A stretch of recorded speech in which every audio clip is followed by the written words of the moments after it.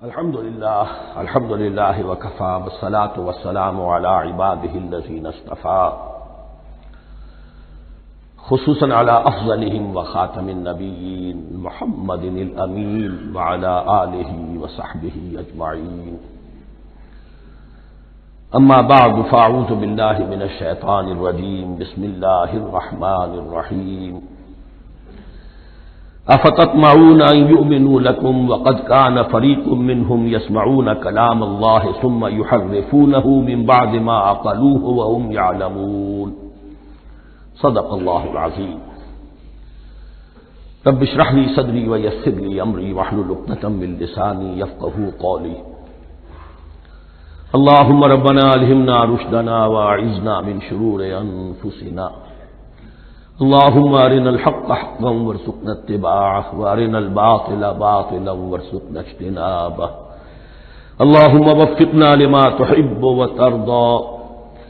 اللهم ربنا آنس وحشتنا في قبورنا وارحمنا بالقرآن العظيم اللهم اجعله لنا إماما ونورا وهدى ورحمة اللهم ذكرنا منه ما نسينا وعلمنا منه ما جهلنا وارزقنا تلاوته آناء الليل وآناء النهار واجعله لنا حجة يا رب العالمين آمین۔ اب تک ہم نے سورہ بقرہ کے 8 رکوع اور اس پر مستند صرف 3 آیات کا مطالعہ کیا ہے۔ آج میں چاہتا ہوں کہ ہماری رفتار قدرے تیز ہو، تو یہ جو سلسلہ مضمون چل رہا ہے خطاب بے امت سابقہ امت مسلمہ بنی اسرائیل، ان کے ساتھ خطاب کا سلسلہ سورہ بقرہ میں 5ویں رکوع سے شروع ہوا اور 15ویں رکوع کے آغاز تک چلے گا۔ یہ 10 رکوع ہے۔ عرض کر چکا ہوں بار بار، اور اس کو میں چاہتا ہوں آپ اچھی طرح ذہن نشین کر لیں کہ اس میں سے پہلا رکوع جو ہے وہ دعوت کا ہے، وہ بہت فیصلہ کن ہے۔ یہی وجہ ہے کہ دیکھیے اس رکوع کا آغاز ہوا یا بنی اسرائیل اذکروا نعمتی التی انعمت علیکم واوفوا بعہدی اوف بعہدکم وایای فارہبون، اور خود بخود ظاہر ہو رہا ہے اسلوب کلام سے کہ اگلے رکوع سے بات کا رنگ بدل گیا ہے۔ یا بنی اسرائیل اذکروا نعمتی التی انعمت علیکم وانی فضلتکم علی العالمین واتقوا یوما لا تجزی نفس عن نفس شیئا ولا يقبل منها شفاعت ولا يؤخذ منها عدل ولا هم ينصرون۔ یہ تہدید کا انداز ہے، دھمکی کا انداز ہے۔ تو میں نے عرض کیا تھا کہ 5واں رکوع اس خطاب میں بمنزلہ فاتحہ ہے، بہت اہم ہے، اور بقیہ جو 9 رکوع ہیں ان میں بریکٹ کا انداز ہے کہ 2 آیتوں سے بریکٹ شروع ہوتی ہے، انہی 2 آیتوں پر بریکٹ ختم ہوگی۔ یہ ملامت کا خطاب ہے، اور ان کے خلاف ایک مفصل فرض قرارداد جرم جو ہے وائد کی گئی ہے، جس کے نتیجے میں وہ اس منصب سے معزول کر دیے گئے جس پر 2000 برس سے فائز تھے، اور ان کی جگہ پر اب امت محمد، نئی امت مسلمہ علی صاحب الصلاۃ والسلام، اب اس کا نصب، اس کی انسٹالیشن، اور اس کی انسٹالیشن سیریمنی کے طور پر تحویل قبلہ کا معاملہ۔ یہ ربط کلام اگر سامنے نہ رہے تو انسان کھو جاتا ہے قرآن مجید کی طویل صورتوں کو پڑھتے ہوئے کہ بات کہاں سے چلی تھی، کدھر جا رہی ہے، کیا ربط ہے، کیا تعلق ہے، سیاق کلام کیا ہے۔ اس کو میں اس لیے بار بار، حالانکہ مجھے معلوم ہے کہ وقت کم ہے، لیکن میں اس چیز کو زیادہ اہمیت دے رہا ہوں۔ اب ان 9 رکوعوں کے مضامین میں کچھ تو واقعات ہیں، تم نے یہ کیا، تم نے یہ کیا، تم نے یہ کیا۔ ظاہر بات ہے ترجمہ تو کرنا ہوگا، کچھ مختصر وضاحت بھی کرنی ہوگی، لیکن ان کے تفصیل میں جانے کی ضرورت نہیں ہے۔ لیکن آپ نے دیکھا کہ کچھ واقعات کے بعد پھر کچھ ایسے یونیورسل ٹروتھس بیان ہوئے ہیں، ایسے عظیم حقائق کہ جو ابدی حقائق ہیں، ان کا کسی وقت سے، کسی قوم سے، کسی خاص گروہ سے تعلق نہیں، وہ تو اصول ہیں، سنت اللہ ہم انہیں کہہ سکتے ہیں، یہ اللہ کے جو عام قوانین ہیں، قواعد ہیں اس کائنات میں۔ ایک تو قوانین ہے طبعیہ، فزیکل لاز، ایک مورل لاز ہے کہ جو اس دنیا میں اللہ تعالیٰ کی طرف سے کار فرما ہے۔ تو جہاں وہ مورل لاز آتے ہیں جنہیں آپ کہا کرتے تھے جب بچپن میں کہانی پڑھی اور کہانی کے بعد لکھا اس کا مورل لیسن کیا ہے، اس کہانی سے سبق کیا حاصل ہوا، تو تھوڑے وقفے کے بعد وہ آیات آتی ہیں کہ جو اس گویا کہ اس سلسلہ کلام کے اندر یہ انتہائی اہمیت کی حامل ہے، اس لیے کہ وہ یونیورسل اہمیت کی حامل ہے، اور ان میں در حقیقت ایک رہنمائی پوشیدہ ہے موجودہ امت مسلمہ کے لیے۔ مثلا جتنا حصہ ہم اب تک پڑھ چکے ہیں ان میں سے پہلے تو وہ آیت یاد کیجیے، وَضُرِبَتْ عَلَيْهِمُ الذِّلَّةُ وَالْمَسْكَنَةُ وَبَاءُوا بِغَضَبٍ مِّنَ اللَّهِ۔ معلوم ہوا کہ ایسا ہو سکتا ہے کہ ایک امت مسلمان ہو، اس پر اللہ کے بڑے فضل ہوئے ہوں، بڑا اکرام ہوا ہو، بہت انعام ہوا ہو، پھر وہ اپنی بے عملی یا بد عملی کے باعث اللہ تعالیٰ کے غضب کی مستحق ہو جائے اور ذلت اور مسکنت اس پر تھوپ دی جائے۔ یہ ایک یونیورسل ٹروتھ وہاں سے نکل آیا کہ ہمیں سوچنا ہوگا، یہ ایک لمحہ فکریہ ہے امت مسلمہ کیا کہ کیا ہم تو کہیں آج اس پوزیشن میں نہیں ہیں۔ حدیث میں آپ کو سنا چکا ہوں، لَيَأْتِيَنَّ عَلَىٰ أُمَّتِي مَا أَتَىٰ عَلَىٰ بَنِي إِسْرَائِيلَ حَسْبَ النَّعْلِ بِالنَّعْلِ۔ دوسرا اسی طرح کا یونیورسل ٹروتھ والا مقام تھا آخری جو ہم نے کل پڑھا ہے، ثُمَّ قَسَتْ قُلُوبُكُمْ وَهِيَ كَالْحِجَارَةِ أَوْ أَشَدُّ قَسْوَةً۔ کسی مسلمان امت کا یہ حال بھی ہو سکتا ہے کہ ان کے دل اتنے سخت ہو جائیں کہ سختی میں پتھروں کو اور چٹانوں کو مار دے جائے۔ یہ بھی ایک کیفیت ہے جو سامنے آئی، حالانکہ قوم وہ ہے انی فضلتکم علی العالمین، از کجا تاب کجا، لیکن یہ حقیقت بھی ہمارے سامنے آئی کہ یہ چیزیں جو ہیں اپنی جگہ پر امکانات میں سے ہیں۔ البتہ یہاں ایک بات میں عرض کر دوں کہ اس قساوت قلبی میں پوری امت برابر مسلط جو ہے مبتلا نہیں ہوا کرتی، اس میں امت کے جو قائدین ہوتے ہیں اور امت مسلمہ کے قائدین اس کے علماء ہوتے ہیں، سب سے زیادہ شدت کے ساتھ یہ خرابی ان میں آتی ہے، اس لیے کہ باقی لوگ تو پیروکار ہیں، پیچھے چلتے ہیں، وہ اعتماد کرتے ہیں کہ یہ ہے اللہ کی کتاب کے پڑھنے والے، یہ ہے تورات کے حامل، یہ جانتے ہیں، وہ ان کے پیچھے پیچھے چل رہے ہوتے ہیں۔ لیکن جو لوگ جان بوجھ کر اللہ کی کتاب میں تحریف کر رہے ہوں، انہیں تو پتا ہے ہم کیا کر رہے ہیں۔ جو لوگ جان بوجھ کر حق کو پہچان کر اس کا انکار کر رہے ہیں، انہیں تو پتا ہے کہ ہم کیا کر رہے ہیں۔ در حقیقت یہ سزا ان پر آتی ہے۔ یہ بات اب ان آیات میں جو آج ہم پڑھنے چلے ہیں بہت زیادہ واضح ہو جائے گی انشاءاللہ۔ فرمایا افتطمعون ان یؤمنوا لکم، تو اے مسلمانوں کیا تم یہ توقع رکھتے ہو کہ یہ ایمان لے آئیں گے تم پر، تمہاری بات مان لیں گے؟ ظاہر بات ہے مسلمانوں کو توقع تھی کہ مشرکین مکہ تو بہت دور تھے دین سے، توحید سے دور، رسالت کا کوئی تصور ہی نہیں، کتاب کوئی ان کے پاس تھی ہی نہیں۔ یہ تو یہود ہیں اور ان کے پاس تو کتاب رہی ہے، یہ موسیٰ کے ماننے والے ہیں، یہ توحید کے علم بردار ہیں، یہ آخرت کا بھی اقرار کرتے ہیں، تو ان کو جھٹپٹ مان لینا چاہیے۔ تو جو مسلمانوں کے دل میں، عام مسلمانوں کے دل میں جو حسن ظن تھا، اب در حقیقت یہ اس کو ایڈریس کیا جا رہا ہے، افتطمعون ان یؤمنوا لکم، تمہیں بڑی طمع ہے، کوشش ہے، تمہاری خواہش ہے، آرزو ہے، تمنا ہے، توقع ہے کہ یہ بات مان لے گے تمہاری۔ وَقَدْ كَانَ فَرِيقٌ مِّنْهُمْ يَسْمَعُونَ كَلَامَ اللَّهِ ثُمَّ يُحَرِّفُونَهُ مِن بَعْدِ مَا عَقَلُوهُ وَهُمْ يَعْلَمُونَ، جبکہ حال یہ ہے کہ ان میں سے ایک جماعت، ایک گروہ وہ بھی ہے کہ جو اللہ کے کلام کو سن کر پھر اس میں تحریف کرتا رہا ہے، اس کے بعد کہ اس کو سمجھ لیتا تھا اور اچھے جان بوجھ کر تحریف کرتا تھا۔ اب ظاہر بات وہ گروہ کون ہوں گے؟ علماء ہی تو ہیں نا، عام آدمی تو تحریف نہیں کر سکتا تھا، تحریف کرنے والے تو علماء تھے۔ افتؤمنون ان یؤمنوا لکم وقد کان فریق منهم یسمعون کلام اللہ ثم یحرفونہ من بعد ما عقلوہ وهم یعلمون واذا لقوا الذین آمنوا قالوا آمنا۔ اب دیکھیے ایک بات بڑی عجیب سامنے آئے گی کہ جس طرح منافقین مسلمانوں میں تھے ایسے ہی منافقین یہود میں بھی تھے۔ یہود میں سے کچھ لوگ ایسے تھے کہ جن پر حق جب منکشف ہو گیا اور کچھ ان کی صالح فطرت بھی تھی، اب وہ آنا چاہتے تھے اسلام کی طرف، لیکن اپنے خاندان کو، گھر والوں کو، اپنے کاروبار کو، اپنے قبیلے کو چھوڑنا بھی ممکن نہیں تھا، اور قبیلوں کی سرداری جو ہے وہ ان کے علماء یہود کے پاس ہے۔ تو دل ان کے کچھ صاف ساتھ آ چکے تھے اہل ایمان کے، اور جب وہ اہل ایمان سے ملتے تھے تو کبھی کبھی باتیں بھی بتا کہ ہاں یہ بات جو محمد کہہ رہے یہ تورات میں لکھی ہوئی تھی، واقعی یہ بات یوں ہی تھی۔ اب اس کے بعد جب وہ جاتے تھے اپنے شیاطین کے پاس، وہی شیاطین ان کے علماء، ان کے بڑے سرکردہ لوگ، تو وہ جا کر انہیں ڈانٹ ڈپٹ کرتے تھے، بے وقوفو یہ کیا کر رہے ہیں تم، یہ بات بتا رہے ہو انہیں تاکہ اللہ کے ہاں جا کر وہ تم پر حجت قائم کرے کہ انہیں پتا تھا اور پھر بھی انہوں نے نہیں مانا۔ اب یہ ان کا آپس کا مکالمہ ہو رہا ہے۔ وَإِذَا لَقُوا الَّذِينَ آمَنُوا قَالُوا آمَنَّا، اور ان میں سے کچھ لوگ ہیں کہ جب ملتے ہیں اہل ایمان سے تو وہ کہتے ہیں ہم ایمان لے آئے۔ وَإِذَا خَلَا بَعْضُهُمْ إِلَىٰ بَعْضٍ، اور جب وہ خلوت میں ہوتے ہیں ایک دوسرے کے ساتھ، قالوا وہ کہتے ہیں اتحدثونہم، کیا تم بتا رہے ہو ان کو، بما فتح اللہ علیکم، وہ باتیں جو اللہ نے کھولی ہیں تم پر،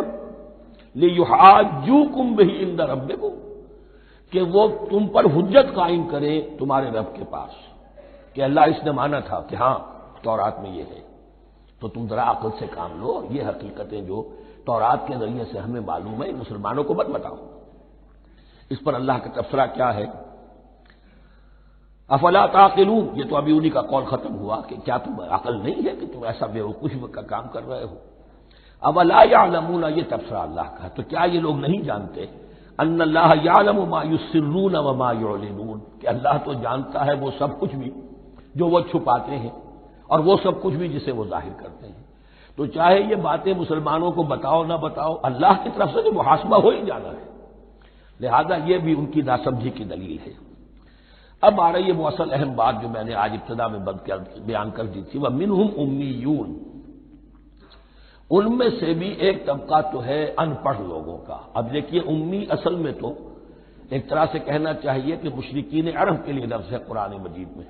کیوں؟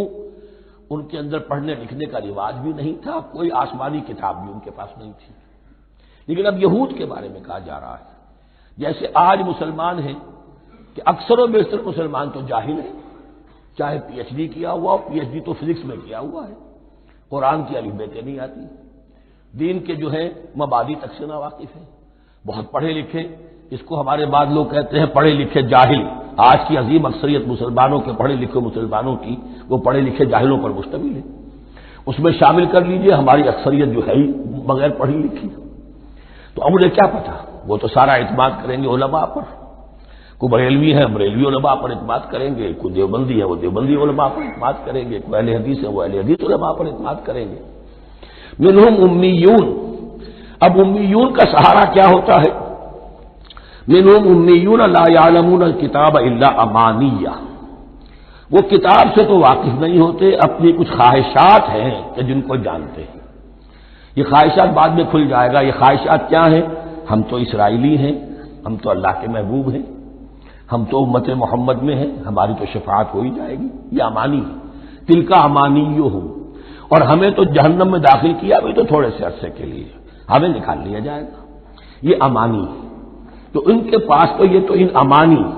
امنیہ کہتے ہیں خواہش، امانی اس کی جمع ہے، یہ اپنی خواہشات، انگریزی کا لفظ صحیح تعبیر کرے گا وشفل تھنکنگ، یہ اپنی اس وشفل تھنکنگ کے سہارے جی رہے ہیں، علم ان کے پاس ہے ہی نہیں۔ وَإِنْهُمْ إِلَّا يَظُنُّونَ، اور وہ نہیں کچھ کر رہے مگر ظن و تخمین، گمان ہے، ان کے اپنے من گھڑت خیالات ہیں۔ فَوَيْلٌ لِّلَّذِينَ يَكْتُبُونَ الْكِتَابَ بِأَيْدِيهِمْ، تو اصل ہلاکت اور بربادی اور ویل کے بارے میں بعض روایات یہ بھی آئی ہیں کہ وہ جہنم کا وہ طبقہ ہے جس سے خود جہنم پناہ مانگتی ہے، سخت ترین، تو وہ ویل، وہ تباہی جو ہے ان کے لیے ہے جو کتاب لکھتے ہیں اپنے ہاتھ سے، ثم یقولون ھذا من عند اللہ، اور پھر کہتے ہیں یہ اللہ کی طرف سے ہے، لیشتروا بہ ثمنا قلیلا، تاکہ حاصل کر لیں اس سے کچھ بڑی گھٹیا سی حقیر سی قیمت، یعنی فتویٰ نویسی جس کا معاملہ ہے۔ اب کوئی شخص آیا، اس نے ایک رائے پوچھی، انہوں نے اپنا جو بھی ہے وہ لکھا اور کہا یہی دین کا تقاضا ہے، بس یہی علم ہے، یہی اللہ کی بات ہے۔ اب اس میں کتنا کچھ واقعتاً انہوں نے صحیح بات کہی ہے، کتنی ہٹ درمی سے کام لیا ہے، کتنی کسی رشوت کے مبنی کو رائے دی ہے، خود بدلتے نہیں قرآن کو بدل دیتے ہیں، ہوئے کس درجہ فقیحان حرم میں توفیق، تو یہ ان کے علماء کا کردار تھا۔ ثم يقولون هذا من عند الله ليشتروا به ثمنا قليلا فويل لهم مما كتبت ايديهم، تو ہلاکت اور بربادی ہے ان کے لیے اس چیز سے کہ جو ان کے ہاتھوں نے لکھی، وویل لهم مما يكسبون، اور ان کے لیے ہلاکت اور بربادی ہے اس کمائی سے جو وہ کر رہے ہیں۔ یہ سارا دھندا جو ہے فتویٰ فروشی کا اور دین فروشی کا، اس کے لیے تباہی وہ اپنے لیے مول لے رہے ہیں، اس سے کوئی ان کو اللہ تعالیٰ کے ہاں کوئی اجر و ثواب نہیں ملے گا۔ وقالوا، اب یہ آگے امانی، وقالوا لن تمسنا النار الا ایاما معدودہ، وہ کہتے ہیں ہمیں تو آگ چھو نہیں سکتی، ہاں گنتی کے چند دن، صرف یہ کہ دوسروں کی آنکھوں میں دھول جھونکنے کے لیے کہ کوئی اعتراض نہ کر دے اللہ ہمیں آگ میں پھینکا جا رہا اور ان کو نہیں پھینکا جا رہا، یہ ہم سے بھی بدتر تھے کردار میں، تو شاید ان کا منہ بند کرنے کے لیے چند دن کے لیے ہمیں جہنم میں ڈال دیں گے، پھر فوراً نکال لیں گے۔ وقالوا لن تمسنا النار الا ایاما معدودہ، اور وہ کہتے ہیں کہ نہیں چھو سکتی ہمیں آگ مگر گنتی کے چند دن۔ قل اتخذتم عند اللہ عہدا، ان سے کہیے کیا تم نے اللہ سے کوئی عہد لے لیا ہے، کوئی قول و قرار ہو گیا ہے؟ فلن یخلف اللہ عہدہ، کہ تمہیں یہ یقین ہے کہ اللہ اپنے عہد کے خلاف نہیں کرے گا؟ ام تقولون علی اللہ ما لا تعلمون، یا تم اللہ کی طرف اس بات کی نسبت کر رہے ہو، تہمت جب لگا رہے ہو، جر رہے ہو یہ بات اللہ پر جو تم نہیں جانتے، جس کے لیے تمہارے پاس کوئی علم نہیں ہے۔ بلا من کسب سیئۃ، اب یہ انتہائی وہ یونیورسل ٹروتھ جو ہے جو میں نے کہا تھا، ابدی حقائق، اس کی عظیم ترین حقیقت آ رہی ہے، نوٹ کیجئے۔ بلا کیوں نہیں، من کسب سیئۃ، جس شخص نے جان بوجھ کر ایک گناہ کمایا، لیکن گناہ بڑا، کبائر، صغائر نہیں، سیئۃ یہ اس کی جو تنکیر ہے وہ ایک کا فائدہ بھی دے رہی ہے اور تفخیم کا بھی، جس نے بھی جان بوجھ کر کسبا، ایک گناہ کمایا، فاحاطت بہ خطیئتہ، اور اس کی خطا نے اس کا گھیراؤ کر لیا، یعنی ایک ہی گناہ ہے، سود کھا رہا ہے، باقی نماز ہے، تہجد ہے، یہ ہے وہ ہے، لیکن اس ایک گناہ کی برائی بھی اتنی اس کے گرد جو ہے چھا جائے گی کہ پھر اس کی یہ ساری نیکیاں ختم ہو کر رہ جائیں، ایک گناہ۔ بلا من کسب سیئۃ واحاطت بہ خطیئتہ فاولئک اصحاب النار هم فیہا خالدون، اس میں ہمارے مفسرین نے یہ لکھا ہے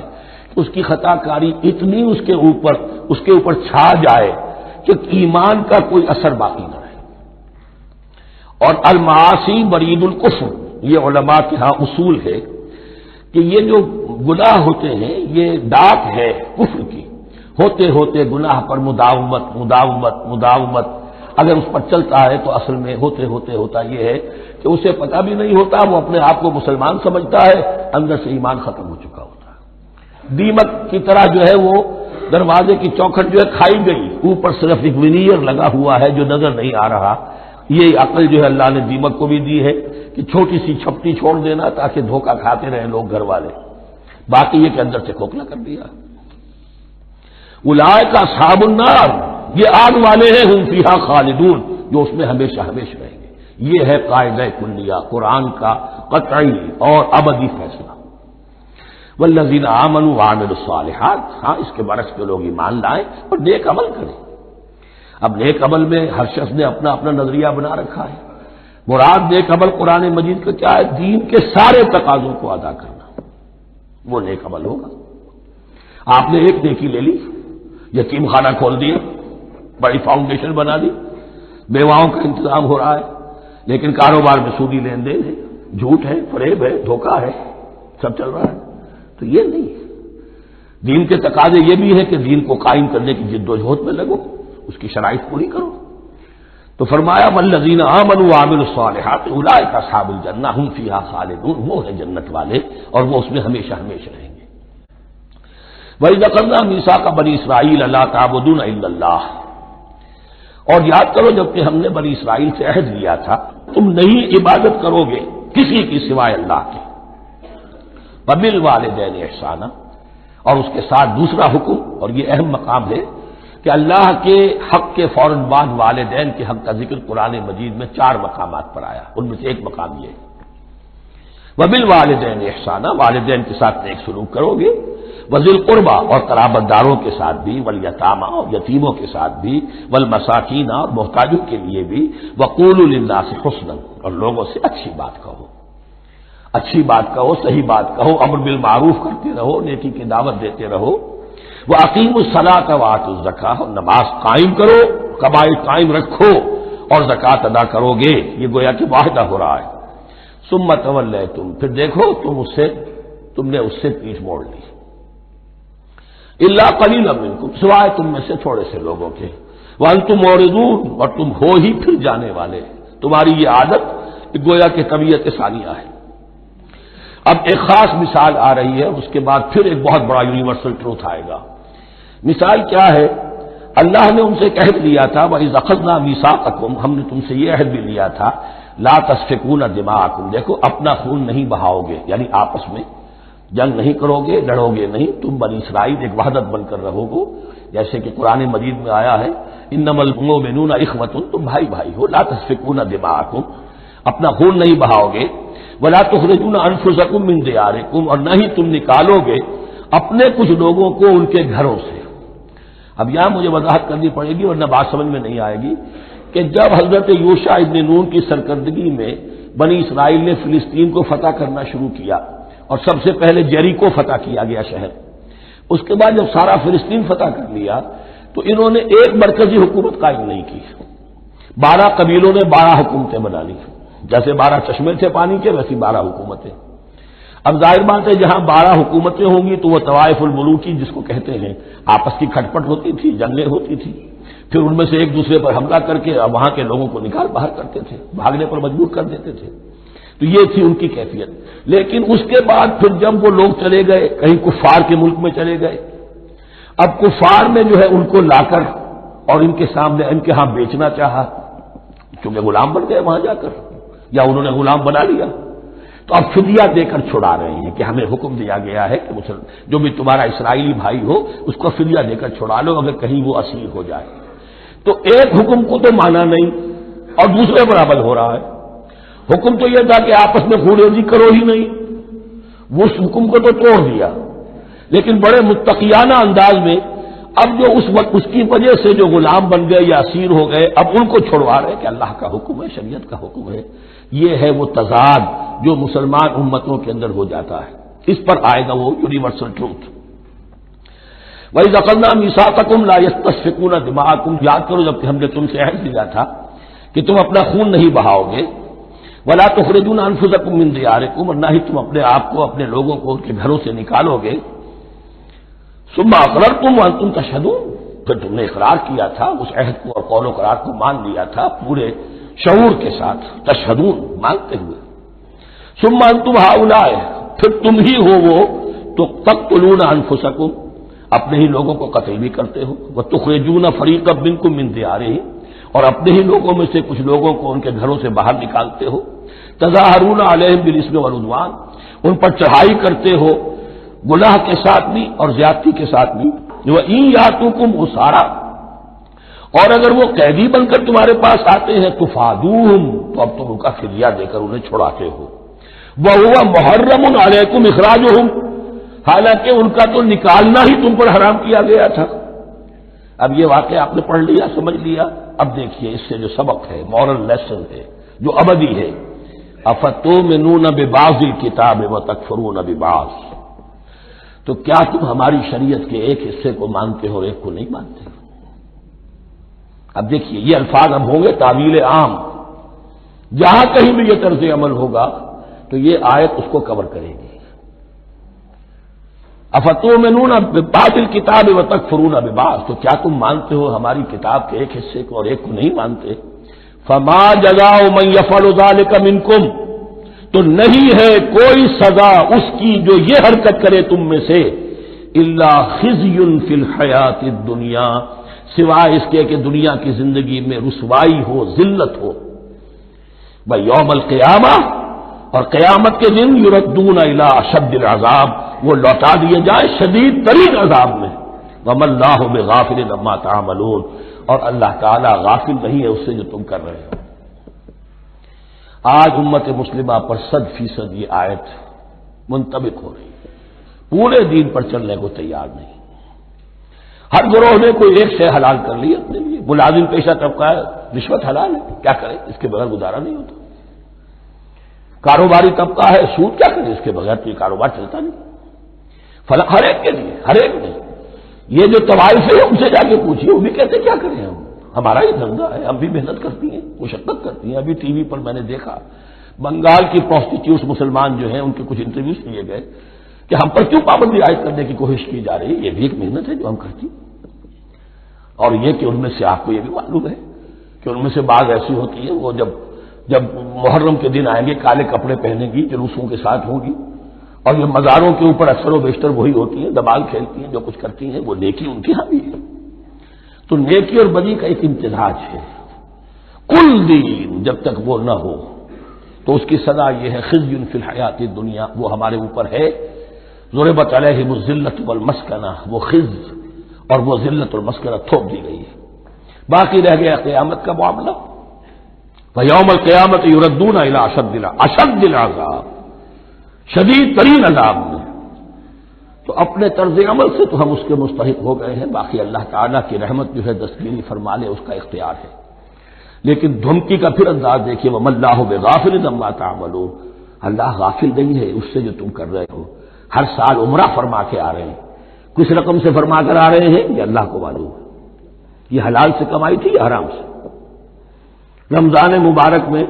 حرم میں پہلی صف میں جگہ ریزرو کرائی ہوئی ہے سیٹ صاحب نے، اور وہاں کے شرطوں کو بھی رشوتیں دیتے ہیں، اور وہ سمجھتے ہیں کہ ہم تو سارا نہا دھو کر آ گئے، سال بھر جو بھی حرام کمائی کی تھی سب پاک ہو گئی۔ اللہ نا واقف نہیں ہے، اللہ تمہاری داڑھیوں سے دھوکہ نہیں کھائے گا، اللہ تمہارے اماموں سے اور ابا اور قبا سے دھوکہ نہیں کھائے گا۔ He knows you through and through, He sees you through and through. وَمَا اللَّهُ بِغَافِلٍ عَمَّا تَعْمَلُونَ أُولَٰئِكَ الَّذِينَ اشْتَرَوُا الْحَيَاةَ الدُّنْيَا بِالْآخِرَةِ، یہ وہ لوگ ہیں جنہوں نے دنیا کی زندگی اختیار کر لی ہے آخرت کو چھوڑ کر۔ فَلَا يُخَفَّفُ عَنْهُمُ الْعَذَابُ وَلَا هُمْ يُنصَرُونَ، تو اب ان کے لیے نہ تو ان سے عذاب میں تخفیف کی جائے گی اور نہ ان کی کوئی مدد کی جائے گی۔ وَلَقَدْ آتَيْنَا مُوسَى الْكِتَابَ وَقَفَّيْنَا مِن بَعْدِهِ بِالرُّسُلِ، اور ہم نے موسیٰ کو کتاب دی تورات، اور قفینا من بعدہ بالرسل، اور پھر اس کے بعد پے بپے لگاتار ہم رسول بھیجتے رہے۔ ایک بات نوٹ کر لیجیے گا، لفظ رسول اور لفظ نبی میں کچھ فرق ہے، اس وقت تفصیل میں جانے کا موقع نہیں ہے، لیکن یہ تین جوڑے الفاظ کے ایسے ہیں قرآن مجید کی اصطلاحات کے کہ وہ تینوں مترادف کے طور پر بھی استعمال ہو جاتے ہیں اور علیحدہ علیحدہ اپنا مفہوم بھی رکھتے ہیں۔ اور اس کا ایک اصول یہ علماء نے بنایا ہے کہ اذا اجتمع تفرقا وَإِذَا تَفَرَّقَا اجتمعا، ایک ہے ایمان اور اسلام، اب یہ بھی مسلم مومن ایک ہی شے ہے، لیکن یہ کہ ایک شے تو نہیں ہے، کچھ فرق بھی ہے۔ کہیں جہاں ان دونوں الفاظ کو لایا جائے گا بالمقابل تو فرق نظر آ جائے گا، لیکن عام طور پر مسلم کی جگہ مومن، مومن کی جگہ مسلم استعمال ہو جائے گا۔ call the rose by any name it will smell as sweet۔ اس طرح جہاد اور قتال کا معاملہ ہے، دو الفاظ ہیں، مختلف ہیں، مفہوم جدا بھی ہے لیکن ایک دوسرے کی جگہ آ بھی جائیں گے۔ تیسرے نبی اور رسول، فرق ہے، ہر نبی رسول نہیں ہوتا، ہر رسول نبی ہے، یعنی نبی عام ہے، رسول خاص ہے۔ نبی کو جب کسی خاص قوم کی طرف معین طور پر بھیج دیا جاتا ہے تب وہ رسول ہو جاتا ہے، اس سے پہلے اس کی حیثیت ایک ولی اللہ کی ہے، بہت اعلیٰ درجے کا اللہ کا دوست اور ولی جس پر وحی آ رہی ہے۔ عام ولی اللہ میں اور نبی میں فرق یہ ہے، ان پر وحی آتی ہے، ان پر وحی نہیں آتی، لیکن اس نبی کو اگر اب آپ بھیج دیں گے کہ جاؤ اذهب الى فرعون، اب وہ رسول ہو گئے، جاؤ اب مدین کی طرف، الى مدین اخاهم شعیبا، اب رسول ہو گئے۔ تو یہ فرق ہے نبی اور رسول کا۔ جیسے آپ کے ہاں CSP کاڈر ہے، اب وہ DC بھی لگ سکتا ہے، کہیں وہ جوائنٹ سیکرٹری لگا ہوا ہے، کہیں ناپسندیدہ آدمی ہے تو OSD لگایا ہوا ہے کہیں، لیکن اس کا کاڈر برقرار رہے گا، CSP تو ہے۔ اسی اعتبار سے ہر نبی ہر حال میں نبی ہے، لیکن اس کو اضافی کیفیت ملتی ہے رسول کی۔ اور ایک بات یہ نوٹ کر لیجئے، نبیوں کو قتل بھی کیا گیا ہے، رسول قتل نہیں ہو سکتے۔ اللہ کا فیصلہ یہ ہے کہ لَأَغْلِبَنَّ أَنَا وَرُسُلِي، میں اور میرے رسول تو غالب آ کر رہیں گے۔ جب بھی کسی قوم نے کسی رسول کی جان لینے کی کوشش کی ہے، اس قوم کو برباد کر دیا گیا اور رسول اور اس کے ساتھیوں کو بچا لیا گیا۔ یہ معاملہ ہوا ہے اللہ کا تمام رسولوں کے ساتھ، نبیوں کے ساتھ نہیں۔ حضرت یحییٰ نبی تھے، قتل کر دیے گئے۔ حضرت عیسیٰ رسول تھے، قتل نہیں کیے جا سکتے تھے، ان کو زندہ آسمان پر اٹھا لیا گیا، اب وہی دوبارہ آئیں گے۔ تو رسول جو ہے وہ قتل نہیں ہوتا، اور اسی اعتبار سے حضور کی بڑی گہری تمنا تھی، لَوَدِدتُّ أَنْ أُقْتَلَ فِي سَبِيلِ اللَّهِ ثُمَّ أُحْيَا ثُمَّ أُقْتَلَ ثُمَّ أُحْيَا، میری بڑی خواہش ہے میں اللہ کی راہ میں قتل ہو جاؤں، پھر زندہ کیا جاؤں، پھر قتل کیا جاؤں، پھر اللہ کی راہ میں پھر زندہ کیا جاؤں، پھر قتل کیا جاؤں، لیکن اللہ نے یہ خواہش آپ کی پوری نہیں کی۔ اس لیے کہ آپ اللہ کے رسول تھے۔ اب یہاں نوٹ کیجئے گا، یہاں لفظ رسول تو آ گیا ہے لیکن یہ نبی کے معنی میں ہے۔ قفینا من بعدہ بالرسل، اس لیے کہ رسول حضرت موسیٰ کے بعد حضرت عیسیٰ ہی ہے، درمیان میں پروفٹس ہیں، prophets of the Old Testament, یہ انبیاء ہیں لیکن ان کے لیے لفظ رسول آ گیا ہے۔ وآتینا عیسی ابن مریم البینات وایدناہ بروح القدس، اور ہم نے عیسیٰ کو بڑی واضح نشانیاں دی، حصی معجزات جتنے حضرت مسیح کو دیے گئے ہیں ویسے اور کسی نبی کو نہیں دیے گئے۔ یہ بعد میں تذکرہ آ جائے گا سورہ آل عمران میں۔ اور ہم نے مدد کی ان کی روح القدس کے ساتھ، حضرت جبرائیل کی خاص تائید انہیں حاصل تھی۔ ظاہر بات ہے، میں نے عرض کیا ہے کہ جو معجزہ ہوتا ہے وہ کسی نبی کی اپنی طاقت سے اس کا ظہور نہیں ہوتا، رسول کی کسی طاقت سے، یا کرامت کسی ولی اللہ کے اپنے اختیار میں نہیں ہوتی، یہ اللہ کی طرف سے، اور اس کے لیے ظہور جو ہوتا ہے وہ فرشتوں کے ذریعے سے۔ ایدناہ بروح القدس افکلما جاءکم رسول بما لا تہوی انفسکم، اب یہاں پر تبصرہ ہو رہا ہے، جو بھی کچھ یہود نے کیا حضرت مسیح کے ساتھ وہ چونکہ معلوم ہے اس کا تذکرہ نہیں کیا، صرف اس پر تبصرہ ہو رہا ہے۔ تو جب بھی کبھی تمہارے پاس کوئی رسول آیا بما لا تہوی انفسکم، وہ چیز لے کر جو تمہارے جیوں کو، تمہارے من کو بھائی نہیں، اچھی نہیں لگی، استکبرتم، تم نے استکبار کیا، وہی استکبار جو عزازیل نے کیا تھا اور ابلیس بن گیا، ابا واستکبر، استکبرتم ففریقا کذبتم وفریقا تقتلون، تو کچھ کو تو تم نے صرف ان کی تردید ہی کی اور کچھ کو تم نے قتل بھی کیا، تقتلون، تو یہ انبیاء کے قتل ہو سکتا ہے۔ اور نمبر 2 ایک رائے یہ دی گئی ہے، تقتلون جو ہے قتل تم نہیں آیا ہے، یہ فعل مضارع ہے، اور فعل مضارع کے اندر ایک فعل جاری رہتا ہے، ختم نہیں ہوتا، گویا کہ تم قتل کرنے کی کوشش کرتے رہے۔ بعض لوگوں کی تو جان کے در پہ ہو گئے۔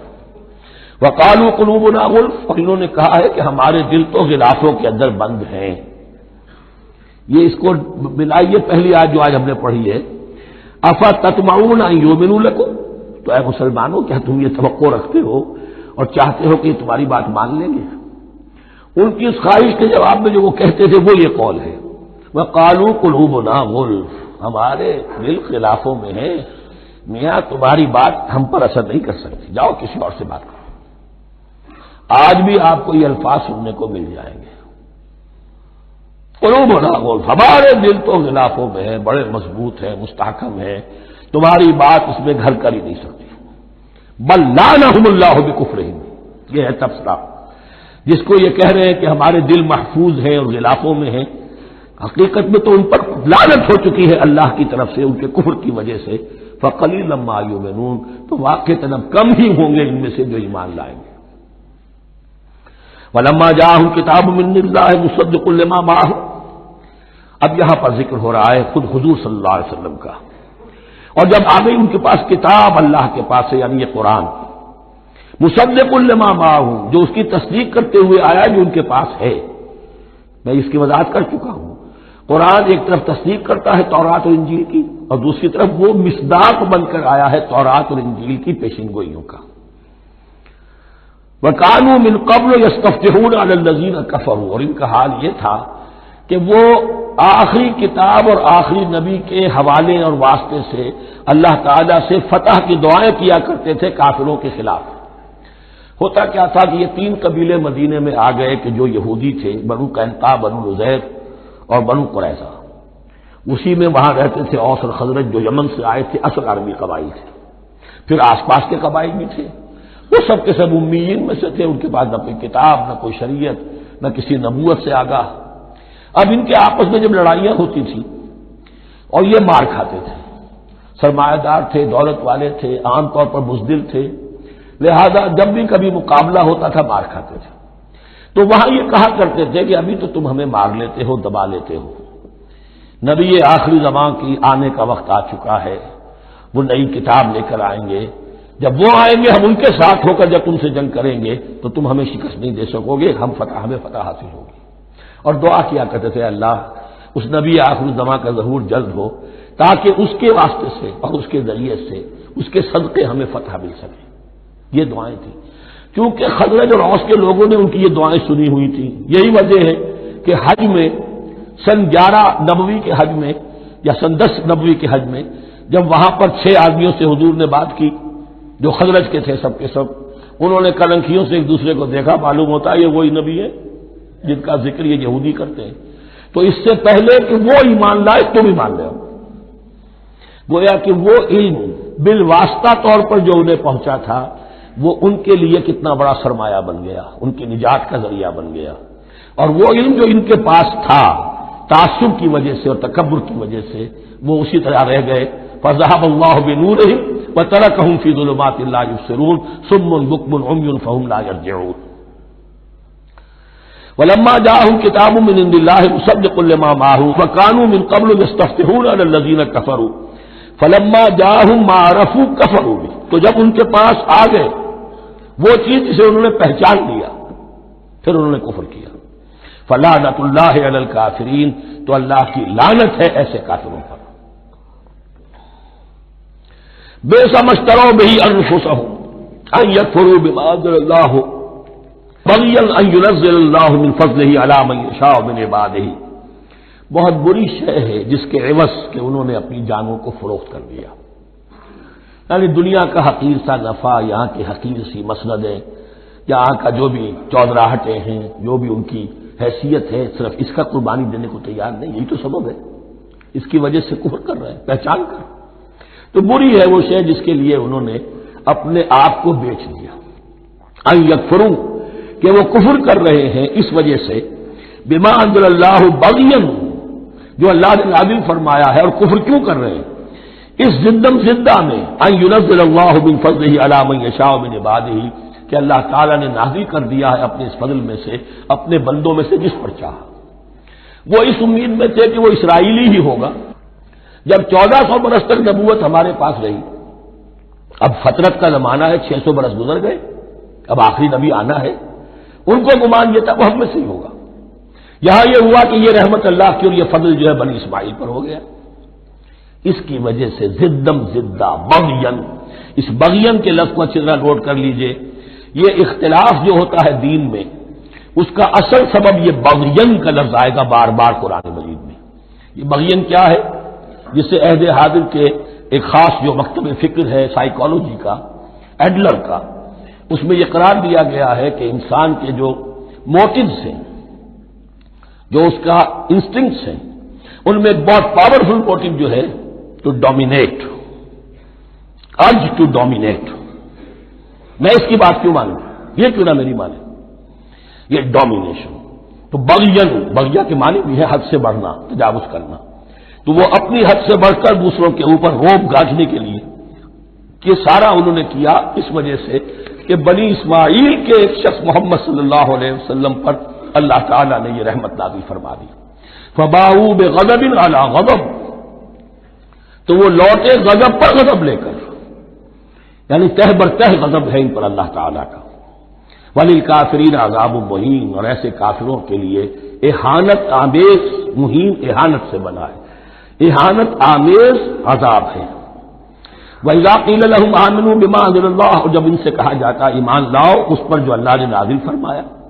قَالُوا نُؤْمِنُ بِمَا أُنزِلَ عَلَيْنَا، ہم ایمان رکھتے ہیں اس پر جو ہم پر نازل ہوا۔ وَيَكْفُرُونَ بِمَا وَرَاءَهُ، اور وہ کفر کر رہے ہیں جو اس کے پیچھے ہے۔ انہوں نے انجیل کا کفر کیا، حضرت مسیح کو نہیں مانا۔ انہوں نے محمد کا کفر کیا ہے صلی اللہ علیہ وسلم، اور قرآن کو نہیں مانا۔ وَهُوَ الْحَقُّ مُصَدِّقًا لِمَا مَعَهُمْ، اور وہ کفر کر رہے ہیں حالانکہ وہ حق ہے، سچ ہے، درست ہے، اور تصدیق کرتے ہوئے آیا ہے اس کی جو ان کے پاس ہے۔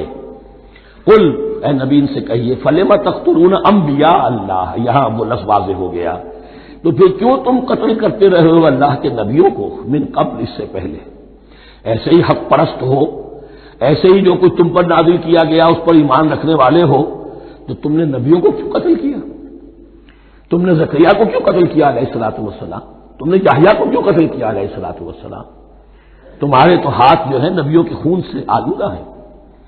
فَلِمَ تَقْتُلُونَ أَنبِيَاءَ اللَّهِ مِن قَبْلِ إِن كُنتُم مُّؤْمِنِينَ، اگر واقعتاً تم ایمان والے ہو۔ وَلَقَدْ جَاءَكُم مُوسَىٰ بِالْبَيِّنَاتِ، تمہارے پاس موسیٰ آئے تھے کھلی تعلیمات لے کر، واضح معجزے لے کر۔ ثُمَّ اتَّخَذْتُمُ الْعِجْلَ مِن بَعْدِهِ، پھر تم نے اس کے بعد اس کی غیر حاضری میں بچڑے کو اپنا معبود بنا لیا۔ وانتم ظالمون، اور تم ظالم ہو۔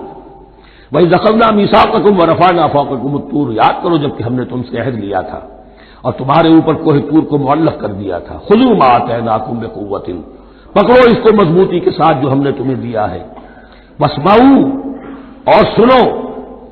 قَالُوا سَمِعْنَا وَعَصَيْنَا، انہوں نے کہا ہم نے سنا اور نافرمانی کی۔ یہ ان کی ایک اور بیماری تھی، الفاظ کو ذرا سا چکر دے کر ایسے پڑھنا کہ مفہوم جو ہے بالکل بدل جائے۔ کوئی اعتراض کرے تو کہے گا کوئی شخص کہ اپنے کانوں کا جا کے میل نکلوائیے، میں نے تو اطعنا کہا تھا، آپ کو عصینا سننے میں آ گیا۔ لیکن وہ اپنے لوگ جو ہوتے تھے ان کے منافقوں کے، اور آپس میں جو ہوتے تھے وہی منافق اس وقت حضرت موسیٰ کے ساتھ کردار تو ایک ہی رہا ہے ہمیشہ سے۔ اس کردار کے لوگ جو ہیں یہ حرکتیں کرتے تھے اور پھر ان سے سرزنش کی جاتی کہ بھائی ہم نے تو کہا تھا سمعنا واطعنا، آپ کے اپنی سماعت میں کوئی خلل ہوگا۔ قالوا سمعنا وعصینا، ہم نے سنا اور ہم نے رد کیا، نافرمانی کی۔ وَأُشْرِبُوا فِي قُلُوبِهِمُ الْعِجْلَ بِكُفْرِهِمْ، اور ان کے اس کفر کی پاداش میں یا کفران نعمت کی سزا کے طور پر ان کے دلوں میں بچھڑے کی محبت اور تقدس جو ہے وہ پلا دیا گیا۔ قُلْ بِئْسَ مَا يَأْمُرُكُم بِهِ إِيمَانُكُمْ إِن كُنتُم مُّؤْمِنِينَ، کہیے ان سے بری ہیں یہ باتیں، برا ہے وہ جس کا کہ حکم دے رہا ہے تمہیں تمہارا ایمان کے ساتھ یہ حرکتیں۔ ان کنتم مومنین، اگر تم مومن ہو تو کیا ایمان کے ساتھ یہ حرکتیں ممکن ہوتی ہیں؟ قُلْ إِن كَانَتْ لَكُمُ الدَّارُ الْآخِرَةُ عِندَ اللَّهِ خَالِصَةً مِّن دُونِ النَّاسِ فَتَمَنَّوُا الْمَوْتَ إِن كُنتُمْ صَادِقِينَ۔ پھر یہ ایک یونیورسل ٹروتھ آ رہا ہے، بہت اہم، اس کو کرتے ہوئے خود انٹروسپیکشن کی ضرورت ہے پڑھتے ہوئے، کیونکہ ان کا یہ خیال تھا نحن ابناء اللہ واحباؤہ، ہم تو اللہ کے بڑے چہیتے ہیں، بڑے لاڈلے ہیں، اولیاء ہیں، ہم پسندیدہ لوگ ہیں، we are the chosen people of the Lord, یہ ان کا کہنا جو ہے یہ تو ان کی بڑی کھلی بات ہے۔ اور ان کا کہنا ہے کہ آخرت کا گھر تو ہمارے لیے ہے ہی ہے، اٹھا لو۔ اب دیکھیے لٹمس ٹیسٹ ان کے سامنے رکھا جا رہا ہے، لیکن یہ لٹمس ٹیسٹ میرے اور آپ کے لیے بھی ہے۔ قُلْ إِن كَانَتْ لَكُمُ الدَّارُ الْآخِرَةُ عِندَ اللَّهِ خَالِصَةً مِّن دُونِ النَّاسِ، اے نبی ان سے کہیے کہ اگر تمہارے لیے آخرت کا گھر اللہ کے پاس خالص کر لیا گیا ہے دوسرے لوگوں کو چھوڑ کر، یعنی تمہاری ریزرویشن ہو چکی ہے وہاں، تمہارے لیے تو جنت ہی جنت ہے، فَتَمَنَّوُا الْمَوْتَ إِن كُنتُمْ صَادِقِينَ، تو اگر تم سچے ہو تو تمہیں موت کی تمنا کرنی چاہیے، موت کی تمنا کرو۔ اگر اتنا ہی یقین ہے جنت میں داخل ہونے کا تو دنیا میں رہنا تم پر گراں ہونا چاہیے۔ یہاں کی تو بہت سی کلفتیں ہیں، بہت سی محنتیں ہیں، مشقتیں ہیں، کتنی کتنی کوفت اٹھانی پڑ جاتی ہے۔ یقین اگر ہو کہ آخرت ہے اور وہاں میرا مقام جنت میں ہے تو زندگی تو لائبلٹی معلوم ہونی چاہیے، ایسٹ معلوم نہیں ہونا چاہیے۔ پھر تو دنیا سجن نظر آنی چاہیے، جیسا کہ حدیث میں فرمایا گیا الدنیا سجن المومن و جنت الکافر، یعنی کم سے کم یہ کہ دنیا میں زیادہ رہنے کی آرزو تو نہ ہو، یہ کم سے کم ہے۔ آخرت پر ایمان، اور اگر اپنا معاملہ اللہ کے ساتھ خلوص پر ہے، دھوکے بازی پہ نہیں ہے، بل الانسان علی نفسہ بصیرہ، ہر انسان کو معلوم ہے میں کہاں کھڑا ہوں۔ آپ کا دل آپ کو بتا دے گا آپ اللہ کے ساتھ دھوکے بازی کر رہے ہیں یا آپ کا معاملہ اللہ کے ساتھ خلوص و اخلاص پر مبنی ہے۔ اگر یقین ہے کہ خلوص و اخلاص پر ہے تو پھر تو یہ ہے کہ زندگی ایسٹ نہیں لائبلٹی، اور دنیا باغ نہیں قید خانہ نظر آنا چاہیے، اور اس میں انسان رہتا ہے ایک مجبوراً اللہ نے بھیجا ہے رہنا ہے، جو اس کی طرف سے ذمہ داریاں عائد کی گئی ہیں وہ ادا کرنی ہے، لیکن یہاں رہنے کی خواہش یہ اگر ہے تو یا تو آخرت پر ایمان نہیں یا اپنا اللہ کے ساتھ معاملہ خلوص اور اخلاص پر مبنی نہیں۔ دس از دی لٹمس ٹیسٹ۔ فَتَمَنَّوُا الْمَوْتَ إِن كُنتُمْ صَادِقِينَ وَلَن يَتَمَنَّوْهُ أَبَدًا، اور یہ ہرگز نہیں کریں گے تمنا اس کی موت کی، بِمَا قَدَّمَتْ أَيْدِيهِمْ، بسبب ان کرتوتوں کے جو ان کے ہاتھوں نے آگے بھیجے ہوئے ہیں۔ ہر شخص کو معلوم ہے میں نے کیا کمائی کی ہے، کیا بھیجی ہے۔ واللہ علیم بالظالمین، اور اللہ ان ظالموں سے بخوبی واقف ہے۔ وَلَتَجِدَنَّهُمْ أَحْرَصَ النَّاسِ عَلَىٰ حَيَاةٍ، اور تم انہیں دیکھو گے اس دنیا کی زندگی پر تمام انسانوں سے بڑھ کر حریص، وَمِنَ الَّذِينَ أَشْرَكُوا، یہاں تک کہ مشرکوں سے زیادہ حریص ہے۔ اور یہ بات صحیح ہے، اہل ایمان کے ساتھ مقابلہ مشرکین نے کیا، کھل کر میدان میں آ کر کیا، ڈٹ کر کیا، اپنی جانیں اپنے باطل معبودوں کے لیے قربان کی۔ یہودی نہیں لڑ سکے، من ورائے جدر، فصیلوں کے پیچھے سے اور ادھر سے، لیکن سامنے آ کر مقابلہ نہیں کر سکے، اس لیے کہ انہیں جانیں بہت عزیز تھی۔ وَلَتَجِدَنَّهُمْ أَحْرَصَ النَّاسِ عَلَىٰ حَيَاةٍ وَمِنَ الَّذِينَ أَشْرَكُوا، حتیٰ یہ کہ مشرکین سے بھی زیادہ یہ دنیا کی زندگی کے حریص ہیں۔ یود احدہم لو یعمر الف سنہ، ان میں سے ہر ایک کی یہ خواہش ہے کہ کسی طرح اس کی عمر 1000 برس ہو جائے۔ وما ہوا بمزحزحہ من العذاب ان یعمر، اور اگر ان کو معمر کر بھی دیا جائے، طویل زندگی دے بھی دی جائے، تو عذاب سے تو چھٹکارا نہیں ملے گا، آخرت تو بالآخر تو آنی ہے۔ واللہ بصیر بما یعملون، اور اللہ دیکھ رہا ہے جو کچھ کہ وہ کر رہے ہیں۔ قل من کان عدوا لجبریل فانہ نزلہ علی قلبک، اب جیسا کہ میں نے عرض کیا کہ ان کا خیال یہ تھا کہ آخری نبوت کا وقت تو قریب ہے، ہوگا وہ کوئی اسرائیلی ہوگا ہم میں سے۔ معاملہ ہو گیا تلپٹ، اللہ نے ان کی آزمائش اتنی بڑی کر لی کہ جنہیں حقیر سمجھتے تھے، بڑی امیین ہیں، ان پڑھ ہیں، نہ ان کے پاس کتاب، نہ کوئی شریعت، نہ کوئی قانون، نہ کوئی ضابطہ، کچھ بھی نہیں۔ اللہ نے ان میں سے ایک آدمی کو، ایک شخص کو چن لیا، لہذا ان کے لیے اب ان کے اندر دشمنی پیدا ہوئی۔ کس سے؟ گالیاں دینے لگے حضرت جبرائیل کو، اس نے دشمنی کی ہمارے ساتھ، آ تو رہا تھا پیغام ہم میں سے کسی کے لیے، لے گیا ادھر۔ اور یہ بات آپ کو شاید بڑی عجیب لگے، لیکن یہ کہ شیخ احمد سرہندی رحمۃ اللہ علیہ نے اپنے مکاتیب میں یہ لکھا ہے کہ اہل تشیع کا ایک فرقہ ایسا بھی رہا ہے، میں نہیں جانتا کہ آج بھی ہے یا نہیں ہے، جس کو غرابیہ کہتے تھے۔ غرابیہ، ان کا عقیدہ یہ تھا کہ حضرت محمد صلی اللہ علیہ وسلم اور حضرت علی رضی اللہ تعالی عنہ، ان کی ارواح بالکل ایک دوسرے کے ایسے مشابہ تھیں جیسے ایک کوا دوسرے کوے کے مشابہ ہوتا ہے، غراب کوے کو کہتے ہیں۔ تو جبریل دھوکہ کھا گئے، وہ وہی اللہ نے بھیجی تھی علی کے لیے، لے گئے محمد کے پاس صلی اللہ علیہ وسلم۔ تو یہ بات جو شیخ احمد سرہندی کی لکھی ہوئی غرابیہ فرقہ ان کا، مجھے یہ نہیں معلوم کہ اب بھی ہے یا نہیں، لیکن یہ بات یہود کے ہاں جو ہے وہ موجود تھی۔ اور بات جان لیجئے، لَيَأْتِيَنَّ عَلَىٰ أُمَّتِي مَا أَتَىٰ عَلَىٰ بَنِي إِسْرَائِيلَ حَزْوَ النَّعْلِ بِالنَّعْلِ، اس کی حقیقت اور سے اور منکشف ہوتی چلی جائے گی۔ تو اب یہاں فرمایا قُلْ مَنْ كَانَ عَدُوًّا لِجِبْرِيلَ، اے نبی کہہ دیجئے جو کوئی بھی دشمن ہو گیا ہو جبرائیل کا، فَإِنَّهُ نَزَّلَهُ عَلَىٰ قَلْبِكَ بِإِذْنِ اللَّهِ، تو اس نے تو نازل کیا ہے اس قرآن کو آپ کے دل پر اللہ کے حکم سے، جبرائیل کا اپنا اختیار سے نہیں تھا۔ مصدقا لما بین یدیہ، اور یہ تصدیق کرتے ہوئے آیا ہے اس کی جو اس کے سامنے موجود ہے، وہدی وبشریٰ للمؤمنین، اور بشارت ہے اہل ایمان کے لیے۔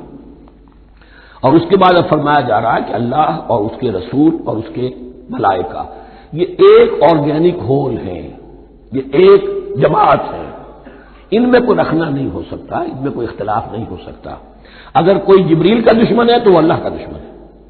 اگر کوئی اللہ کے سچے رسول کا دشمن ہے تو وہ اللہ کا دشمن ہے، جبریل کا بھی دشمن ہے۔ من کان عدوا للہ وملائکتہ ورسلہ وجبریل ومیکال فإن اللہ عدو للکافرین، تو کان کھول کر سن لو، جو کوئی بھی دشمن ہے اللہ کا اور اس کے فرشتوں کا اور اس کے رسولوں کا اور جبرائیل کا اور میکائیل کا،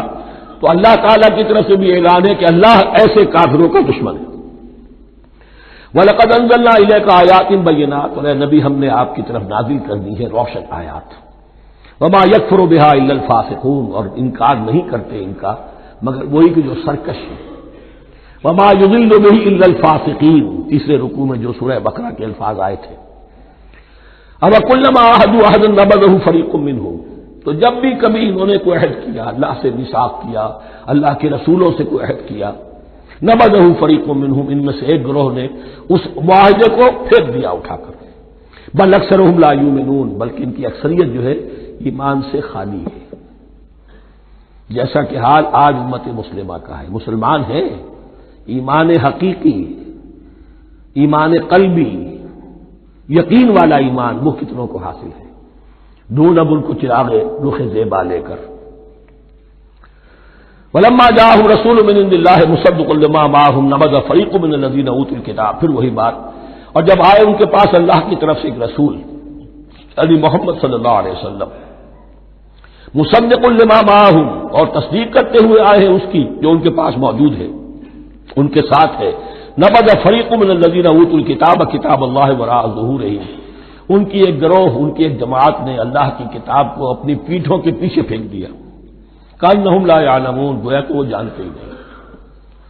انجانے سے وہ کر رہے تھے، ہمیں کچھ پتہ نہیں۔ ان کے عوام پوچھتے ہوں گے کیا یہ وہی نبی ہے جن کا ذکر نہیں، کیا بولے، کوئی یقین سے نہیں کہہ سکتے، کچھ نبی دیکھیں گے، تیل دیکھو، تیل کی دھار دیکھو، کأنہم لا یعلمون، جیسے انہیں علم نہیں ہے۔ واتبعوا ما تتلو الشیاطین علی ملک سلیمان، اب ایک اور حقیقت نوٹ کیجئے، جب کسی مسلمان امت میں دین کی اصل حقیقت، اصل تعلیمات سے بہت پیدا ہوتا ہے تو رجحان کدھر ہو جاتا ہے؟ جادو، ٹونا، ٹوٹکا، تعویذ، عملیات، قرآن کی عملیات۔ قرآن اترا تھا کسی اور کے لیے، کام کے لیے، یہ اس کو ذریعہ بناتے ہیں دشمن کو زیر کرنے کے لیے۔ محبوب آپ کے قدموں میں آ کر گرے گا، عمل قرآنی ہے، اتنے 100 روپے کا آپ لی جائیے تو مل جائے گا۔ یہ دندے ہمارے ابھی چل رہے ہیں، خوب چلتے ہیں، اور میں سمجھتا ہوں کہ سب سے زیادہ فلرشنگ کاروبار جو ہے وہ اس طرح کا ہے۔ ہنگ لگے نہ فٹکڑی، نہ آپ کو اس میں محنت کرنے کی ضرورت ہے، نہ اس کے اندر آپ کو انویسٹ کرنے کی ضرورت ہے، اور کاروبار چلتا۔ تو وہاں بھی کیا ہوا، واتبعوا، جب دین کی اصل حقیقت کو دور پھینک دیا، انہوں نے پیروی کی اس کی ما تتلو الشیاطین علی ملک سلیمان، جو شیاطین جن جو تھے، علی ملک سلیمان سے مراد ہے علی عہد ملک سلیمان، حضرت سلیمان کے زمانے میں چونکہ اللہ تعالی نے ان جنات کو حضرت سلیمان کے تابع کر دیا تھا، تو وہاں پر چونکہ ان کا اب جو ہے کوئی میل جول زیادہ تھا لوگوں کے ساتھ، تو وہ انہیں کچھ اس قسم کی چیزیں سکھاتے رہتے تھے، گویا کہ اندر سے تخریب کاری۔ واتبعوا ما تتلو الشیاطین علی ملک سلیمان وما کفر سلیمان ولکن الشیاطین کفروا، اور سن لو، سلیمان نے کبھی کفر نہیں کیا، بلکہ یہ شیاطین تھے کہ جو کفر کرتے تھے۔ جادو کفر ہے، لیکن آپ کو نقش سلیمانی آج تک بھی لفظ ملے گا، نقش سلیمانی۔ آج بھی مسلمان بھی ان چیزوں کو حضرت سلیمان کی طرف منسوب کر رہے ہیں، وہ ظلم اب بھی جاری ہے۔ وما کفر سلیمان ولکن الشیاطین کفروا یعلمون الناس السحر، وہ لوگوں کو جادو سکھاتے تھے۔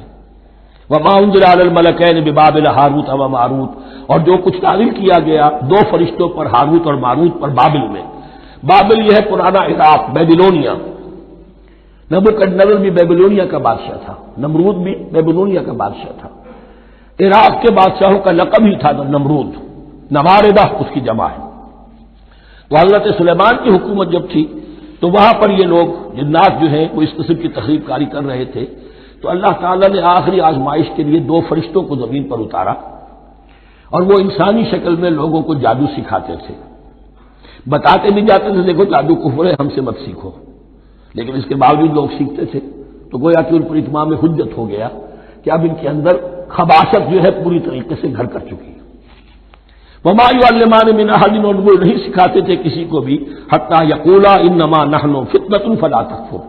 یہاں تک کہ وہ کہہ دیتے تھے کہ دیکھو ہم تمہاری آزمائش کے لیے بھیجے گئے ہیں، ہم فتنہ ہیں تو تم کفر مت کرو۔ فیتعلمون منہما ما یفرقون به بین المرء وزوجہ، تو وہ سیکھتے تھے ان دونوں سے وہ شے کہ جس کے ذریعے سے تفریق کر سکے ایک شخص اور اس کی بیوی کے درمیان، تفرقہ ڈالنا گھروں کے اندر، فساد۔ اب بھی یہ عورتوں کے اندر یہ کام بڑی تیزی کے ساتھ چلتے ہیں، تعویذ اور دھاگے اور کیا کچھ گنڈے چلتے ہیں۔ وما هم بضارین بہ من احد، اور نہیں تھے وہ ضرر پہنچانے والے کسی کو کچھ بھی الا باذن اللہ۔ ایمان کا تقاضا یہ ہے کہ چاہے کوئی دوا ہو وہ بھی باذن رب کام کرے گی، ورنہ نہیں۔ کوئی اور اسباب طبیعیہ ہے، ان کے بھی اثرات ظاہر ہوں گے اگر اللہ چاہے گا، اس کے بغیر کچھ نہیں ہو سکتا۔ جادو کا بھی اثر ہوگا تو اللہ کے اذن سے ہوگا، تو بندہ مومن کو ڈٹے رہنا چاہیے اور مقابلہ کرنا چاہیے۔ وما هم بضارین بہ من احد الا باذن اللہ ویتعلمون ما یضرهم ولا ينفعهم، اور وہ سیکھتے تھے ان سے وہ چیزیں جو ان کے لیے مضرت بخش تھی، ضرر پہنچانے والی اور انہیں نفع نہیں پہنچاتی تھی۔ وَلَقَدْ عَلِمُوا لَمَنِ اشْتَرَاهُ مَا لَهُ فِي الْآخِرَةِ مِنْ خَلَاقٍ، حالانکہ یہ بات ان کے علم میں آ چکی تھی کہ جس نے بھی اس چیز کو حاصل کیا، جادو سیکھا، اس کا پھر آخرت میں کوئی حصہ نہیں ہے۔ وَلَبِئْسَ مَا شَرَوْا بِهِ أَنفُسَهُمْ، اور بری تھی وہ چیز جس کے لیے انہوں نے اپنے آپ کو فروخت کر دیا، لَوْ كَانُوا يَعْلَمُونَ، کاش کہ انہیں علم ہوتا۔ وَلَوْ أَنَّهُمْ آمَنُوا وَاتَّقَوْا، اور اگر وہ ایمان رکھتے اور تقوی کی روش اختیار کرتے، لَمَثُوبَةٌ مِّنْ عِندِ اللَّهِ خَيْرٌ، تو بدلہ پاتے اللہ کی طرف سے بہت ہی اچھا، بہت خیر۔ لَوْ كَانُوا يَعْلَمُونَ، کاش کہ ان کو معلوم ہوتا۔ یا ایھا الذین آمنوا لا تقولوا رائنا وقولوا انظرنا واسمعوا، اب ایک اور مثال ان کی، وہ تو تھے منافقین بنی اسرائیل جن کا ذکر ہوا، سمعنا وعصینا۔ اب یہاں یہ منافقین جو یہاں پر مسلمانوں میں شامل ہو گئے تھے، یہود کے زیر اثر لوگ، اور آ گئے ہیں مسلمانوں میں بھی، اب ان کا معاملہ کیا تھا؟ جب حضور صلی اللہ علیہ وسلم کی محفل میں بیٹھتے تھے تو جیسے ہوتا ہے آپ نے کوئی بات فرمائی تو اگر فرض کیجئے کہ ادھر کے لوگوں نے نہیں سنی، بات سمجھ میں نہیں آئی، تو وہ ان سے درخواست کرتے تھے رعاینا، حضور ذرا ہماری رعایت کیجئے، بات کو دوبارہ دہرا دیجئے، ہماری سمجھ میں نہیں آیا۔ اب اس کا وہ کیا کرتے تھے یہودی، یا یہ ان کے یہودیوں کے زیر اثر منافقین، رعاینا، اے ہمارے چرواہے، گویا کہ دل میں خوش ہو رہے، خباثت نفس اس کو غذا مل رہی ہے، ہم نے تو رعاینا کہہ دیا۔ کسی نے اگر ٹوک دیا، بابا میں نے رعاینا کہا تھا، معلوم ہوتا آپ کی سماعت میں کوئی خلل پیدا ہو چکا ہے، یہ انداز تو مسلمانوں سے کہا جا رہا ہے۔ یہ واحد آیت ہے اس پورے سلسلے میں جس میں خطاب یا ایھا الذین آمنوا سے ہے، لیکن اصل میں روئے سخن اب بھی بنی اسرائیل کی شرارت ہے۔ یا ایھا الذین آمنوا لا تقولوا رعاینا وقولوا انظرنا واسمعوا، دیکھو تم اس لفظ ہی کو چھوڑ دو، اے اہل ایمان تم مت کہا کرو رعاینا، تم کہا کرو انظرنا، اے نبی ہماری طرف توجہ فرمائیے، یا ہمیں مہلت دیجیے۔ نظر کے دونوں معنی ہیں، دیکھنا ہمیں دیکھیے، اور انتظار بھی اسی سے بنا ہے، ذرا سی مہلت دیجیے۔ واسمعوا، اور دوسرے یہ کہ توجہ سے سنا کرو تاکہ دوبارہ پوچھنے کی ضرورت ہی پیش نہ آئے۔ وللکافرین عذاب الیم، اور ان کافروں کے لیے تو دردناک عذاب ہے۔ ما یود الذین کفروا من اہل الکتاب ولا المشرکین ان ینزل علیکم من خیر من ربکم، اور نہیں چاہتے وہ لوگ کہ جنہوں نے کفر کیا ہے اہل کتاب میں سے اور مشرکین میں سے بھی، کہ نازل ہو تم پر کوئی بھی خیر تمہارے رب کی طرف سے۔ یہ اہل کتاب بھی اور مشرکین مکہ بھی یہ جل رہے ہیں حسد میں، حسد کی آگ میں، کہ یہ کلام پاک تمہیں کیوں دے دیا گیا، یہ آخری منصب نبوت کا جو ہے خاتم النبیین، یہ منصب جو ہے یہ انہیں کیوں مل گیا؟ وہ نہیں چاہتے کہ کوئی بھی خیر اللہ کی طرف سے تمہیں ملے۔ واللہ یختص برحمتہ من یشاء، حالانکہ یہ اللہ کا پریروگیٹو ہے، اللہ کا فیصلہ ہے، اللہ خاص کر لیتا ہے اپنی رحمت کے لیے جس کو چاہے، یہ اس کا فیصلہ ہے۔ واللہ ذو الفضل العظیم، اور اللہ تعالیٰ بڑے فضل والا ہے۔ ما ننسخ من آیۃ او ننسها نأت بخیر منها او مثلها، ہم نہیں منسوخ کرتے کسی بھی آیت کو یا اسے بھلواتے۔ ایک تو ہے ننسخ، منسوخ کر دینا، ایک ہے حافظے سے ہی کسی کے محو کر دینا۔ ما ننسخ من آیۃ او ننسها نأت بخیر منها، تو ہم اس کی جگہ پر اس سے بہتر لے آتے ہیں، او مثلها یا ویسی ہی لے آتے ہیں۔ الم تعلم ان اللہ علی کل شیء قدیر، کیا تم یہ نہیں جانتے کہ اللہ تعالیٰ ہر چیز پر قدرت رکھتا ہے، اسے ہر شے کا اختیار ہے۔ الم تعلم ان اللہ لہ ملک السماوات والارض، کیا تم نہیں جانتے کہ اللہ کے لیے ہی اختیار مطلق ہے، بادشاہی ہے آسمانوں اور زمین کی۔ وما لکم من دون اللہ من ولی ولا نصیر، اور نہیں ہے تمہارے لیے اللہ کے سوا کوئی بھی نہ ولی اور نہ مددگار۔ بارک اللہ لی ولکم فی القرآن العظیم ونفعنی وإیاکم بالآیات والذکر الحکیم۔